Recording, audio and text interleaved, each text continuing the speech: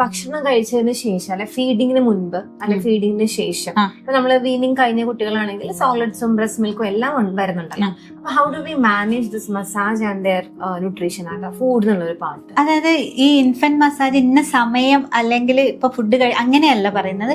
കുഞ്ഞിന് ഇത് ചെയ്യേണ്ട ഒരു സമയമുണ്ട്. റിലാക്സിങ് ആയിട്ടുള്ള ക്വയറ്റ് അലേർട്ട് സ്റ്റേറ്റ് എന്ന് പറയും നമ്മൾ. ആ സ്റ്റേജിലാണ് ഒരു ഇൻഫന്റ് മസാജ് ചെയ്യേണ്ടത്.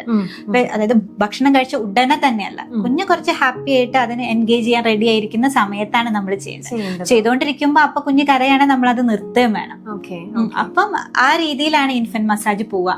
ഇതിപ്പോ ഓയിലൊക്കെ പുരട്ടി അങ്ങനെ തേച്ച് അങ്ങനെ ഒരു പ്രത്യേക സമയത്ത് ചെയ്യാന്നുള്ളതല്ല. അത് ഓയിലില്ലാതെ ഇൻഫന്റ് മസാജ് ചെയ്യും.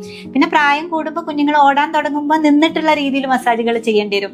പിന്നെ കുറച്ചൊരു ഏജ് ആവുന്ന സമയത്ത് കുഞ്ഞിന്റെ ചോയ്സും കൂടെ ഉണ്ടാവും. ഏത് കാലിലാണോ മസാജ് അവര് പറയും, അപ്പൊ നമ്മൾ കാലിൽ മസാജ് ചെയ്ത് കൊടുക്കേണ്ടി വരും. അപ്പൊ അങ്ങനെ ഏജ് അനുസരിച്ച് അതിനുള്ള ഒരു മാറ്റം ഈ ഒരു IIM പ്രോഗ്രാമിന് ഉണ്ട്.